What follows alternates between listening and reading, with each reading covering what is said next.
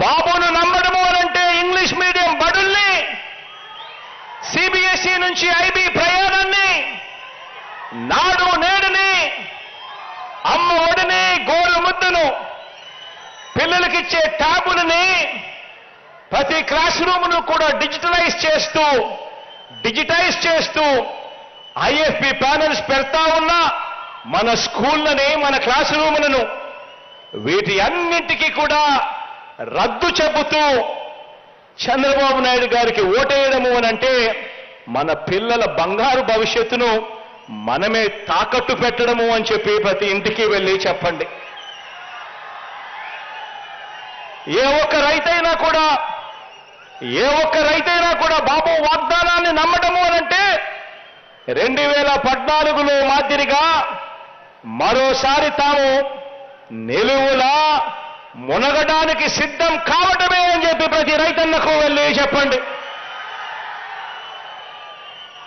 ప్రతి అక్క చెల్లెమ్మకు వెళ్ళి చెప్పండి. ఏ ఒక్క అక్క చెల్లెమ్మైనా బాబు మాటను నమ్మటము అనంటే పూర్తిగా పొదుపు సంఘాల రుణాలన్నీ కూడా మాఫీ చేస్తానని, ఏడాదికి 12 గ్యాస్ సిలిండర్లు సబ్సిడీ మీద ఇస్తానని తాను చెప్పి 2014 ఎన్నికల తర్వాత నిలువున దగా చేసిన బాబును మళ్ళీ ఎవరైనా నమ్మవచ్చా అని చెప్పి ప్రతి అక్క చెల్లెమ్మను వెళ్ళి అడగండి. బాబుకు ఓటు వేయటము అంటే ఇంటింటికి వచ్చి సేవలు అందిస్తున్న వాలంటీర్ వ్యవస్థ మాకిక వద్దు, జన్మభూమి కమిటీలు మళ్ళీ రావాలి అని ఓటు వేయడమే అని చెప్పి ప్రతి ఇంటికి వెళ్ళి చెప్పండి. చంద్రబాబుకు ఓటు వేయడము అనంటే 5 ఏళ్ల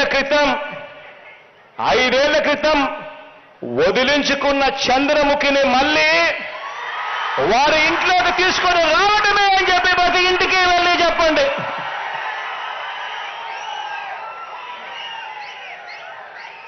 బాబుకు ఓటు వేయడము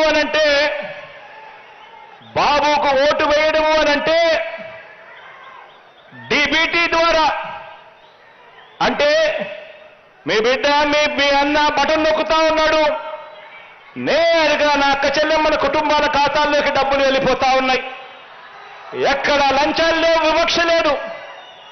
కానీ చంద్రబాబు నాయుడు గారికి ఓటు వేయటము అనంటే ఈ సంక్షేమ అభివృద్ధి పథకాలన్నింటినీ కూడా రద్దు చేయండి అని, మీకు మీరే ఆమోదం తెలపడమే అని ప్రతి ఇంటికి వెళ్ళి చెప్పండి. ఇక జన్మభూమి కమిటీలు వస్తాయి, చంద్రబాబు వస్తారు, చంద్రముఖులు ముందుకు వస్తాయి అని చెప్పి ప్రతి ఇంటికి వెళ్ళి చెప్పండి.